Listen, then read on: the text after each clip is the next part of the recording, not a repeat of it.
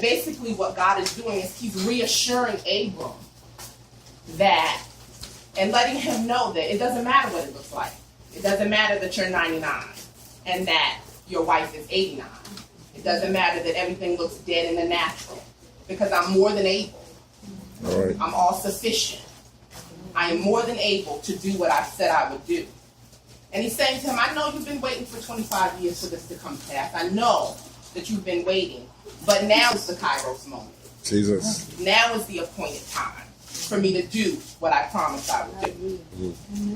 And this is also when God changed Abram's name to Abraham. All right. And Sarai's name to Sarah. Mm. God always knew that Abraham would be the father of many nations. He prophesied it. He knew it. But it hadn't manifested yet. Mm-hmm. So he changed his name.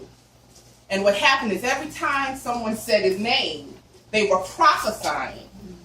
They were calling those things that be not as though they were. All right. They were prophesying, you are the father of nations. Mm-hmm. You are the father of nations. They were prophesying his destiny and speaking his promise into existence.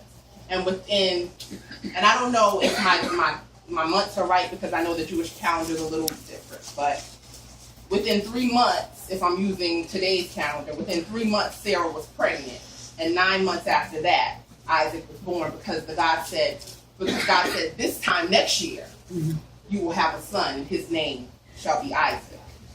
Amen. My other one was Fuller's Soap. I was trying to pick, El Shaddai just came to me, and I wanted to do El Shaddai, but then I wanted to pick ones that were non-common, things that you don't hear all the time. And so I picked Fuller's Soap.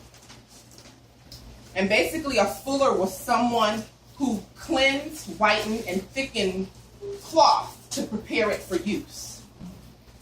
Bar soap didn't exist back then. So they had to use alkali, which was basically burnt wood ashes. Alkali, old urine, and chalk. And this is the solution that they put the cloth in to prepare it for use. It would clean it, it would whiten it, and prepare it so that they could make it into whatever they were going to make it into.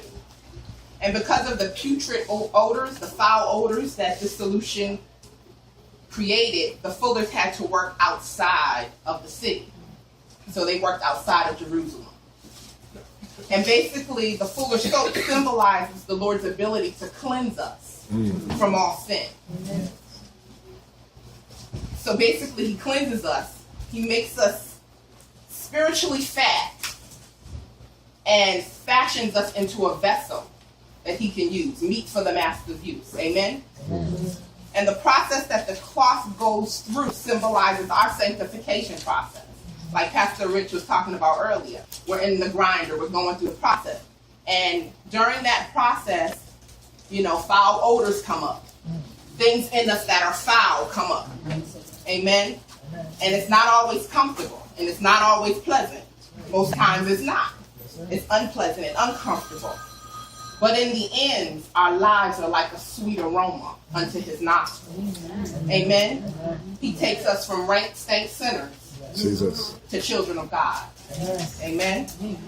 And this is first seen, Fuller's Soap is first seen in Malachi 3:2, and then it's referenced again in Mark 9:3 when on the Mount of Transfiguration, when they refer to Jesus' garment being white, like a gleaming, shining, outstanding white. Oh, yeah. Amen? Amen.